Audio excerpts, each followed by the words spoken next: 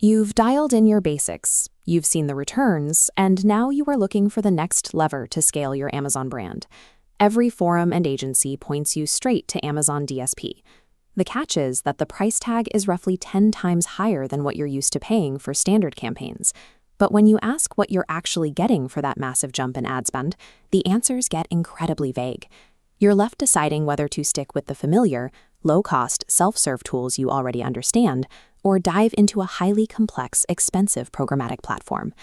What happens quite often is that brands get blinded by the shiny object and make the leap to DSP too early, completely skipping over the necessary foundational steps.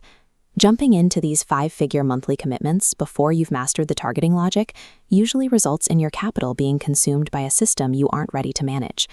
Take a brand we audited earlier this year. We'll call them Home Goods. They're a solid 7-figure brand treating sponsored display as their main retargeting strategy and spending about $3,000 a month on it. This chart shows their actual setup. Told they weren't ready for DSP, they were using only 1/5 of what sponsored display can do. The other 80% sat unused. Without those features, competitors easily siphoned away their browsing shoppers. We see this pattern constantly. Brands are throwing money at the wrong ad tool or using the right tool poorly. Before you even think about paying for a massive programmatic upgrade, you need to objectively prove that your brand has exhausted every ounce in value from the self-serve platform you already have.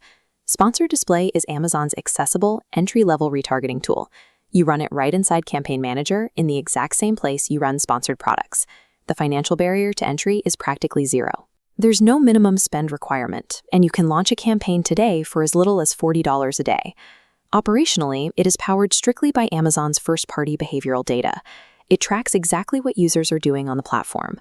From day one, it lets you set up view remarketing to catch window shoppers and category targeting to reach people browsing similar items. You can also leverage purchase remarketing to re-engage your past buyers and product targeting to place your ads directly onto your competitors' specific listings. But it has a strict ceiling. Sponsored Display is entirely reactive, meaning it can only respond to a shopper's actions while they remain inside the Amazon ecosystem.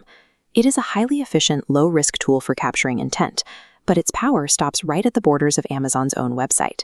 Amazon DSP, on the other hand, is a demand-side platform for programmatic media buying. It operates outside of Amazon and requires either a direct managed service relationship or an agency partner to access. That access comes with a much steeper financial barrier. You typically need a minimum commitment of $3,000 to $10,000 a month just to turn it on. What you're paying for is targeting depth. You can build out custom segments layered across demographic data, specific purchase histories, and off-Amazon behavioral signals in combinations you can't get in Campaign Manager. This diagram shows the platform's most powerful exclusive capability, competitor conquesting.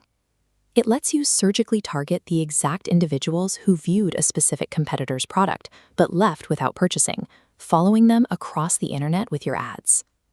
While self-serve tools react to a single click, DSP follows the complete buyer's journey across the web. It can serve a different ad to a shopper based on exactly where they are in the funnel. DSP functions as a comprehensive cross-web acquisition engine for aggressive market share takeover, moving far beyond the scope of standard retargeting. The final, most visible differentiator for DSP is access to exclusive premium video ad inventory that you simply cannot buy through self-serve channels. We're talking about Prime Video scale.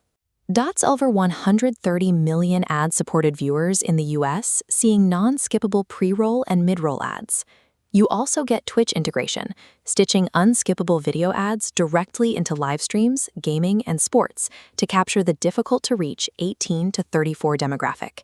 And you gain connected TV scale, placing your brand on Fire TV channels and over 100 third-party streaming apps. But here's the reality check. If you are a seller purely focused on short-term direct response conversions, these premium placements will not move the needle for you. Television scale inventory only makes sense as a reason to upgrade to DSP if your overarching goal is long-term, top-of-funnel audience acquisition. This decision tree flowchart breaks down a 3-tier financial framework that matches your ad tools to your actual spending level. For Tier 1, if you are spending under $15,000 a month in total ad spend, your path is very simple. Do not touch Sponsored Display or DSP at all. Put your entire focus into building and mastering your standard search campaigns. In Tier 2, if you are spending between $15,000 and $50,000 a month, sponsored display enters the picture.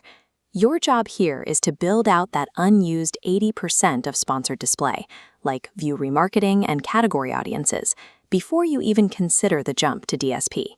Finally, Tier 3 is for brands spending above $50,000 a month. At this scale of spend, DSP is no longer optional. It becomes mandatory if you want to execute competitor conquesting and run television-scale awareness campaigns. Selecting a strategy based on your current tier prevents you from paying for a massive infrastructure that your current sales volume cannot support. There is one final critical caveat before you restructure your budget for either of these tools.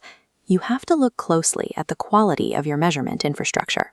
Many ad accounts look healthy on paper, but they are secretly bleeding cash because they're paying for ads to replace organic revenue they already owned.